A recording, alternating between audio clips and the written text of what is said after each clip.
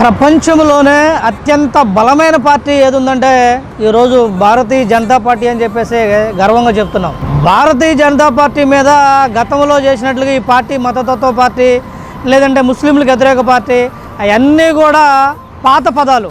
ఇవాళ భారతీయ జనతా పార్టీ ప్రపంచంలోనే అత్యంత బలమైన పార్టీ. ఇవాళ భారతీయ జనతా పార్టీ సారథ్యంలో దేశ ప్రధాని నరేంద్ర మోడీ గారి ఆధ్వర్యంలో మాత్రమే ఎస్సీ, ఎస్టీ, బీసీ, మైనార్టీ వర్గాలకు, ఇంకా నిమ్న జాతులకు అందరికీ కూడా రాజ్యాధికారంలో వాటా వస్తుంది. అదేవిధంగా అన్నిటిలో కూడా సమాన అవకాశాలు ఉన్నాయి. ఉదాహరణకు ఇవాళ దేశానికి రాష్ట్రపతి ద్రౌపది ముర్ము గారు ఒక గిరిజన తెగకు చెందినటువంటి బిడ్డ. అదేవిధంగా ఇవాళ ఆర్ కృష్ణయ్య గారికి మరి బీసీ వర్గాల నుంచి మరి రాజ్యసభ సభ ఇవ్వటం.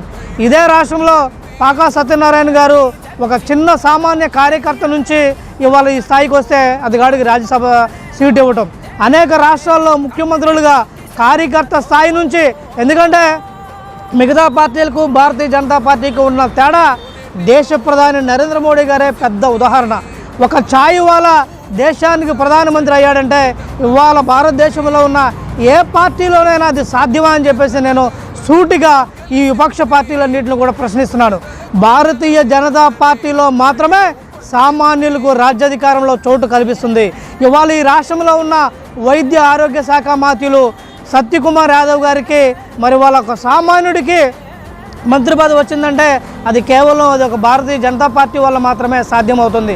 కాబట్టి అనేక రాష్ట్రాల్లో గవర్నర్లుగా, ముఖ్యమంత్రులుగా అందరికీ కూడా అవకాశం భారతీయ జనతా పార్టీ ఇచ్చింది.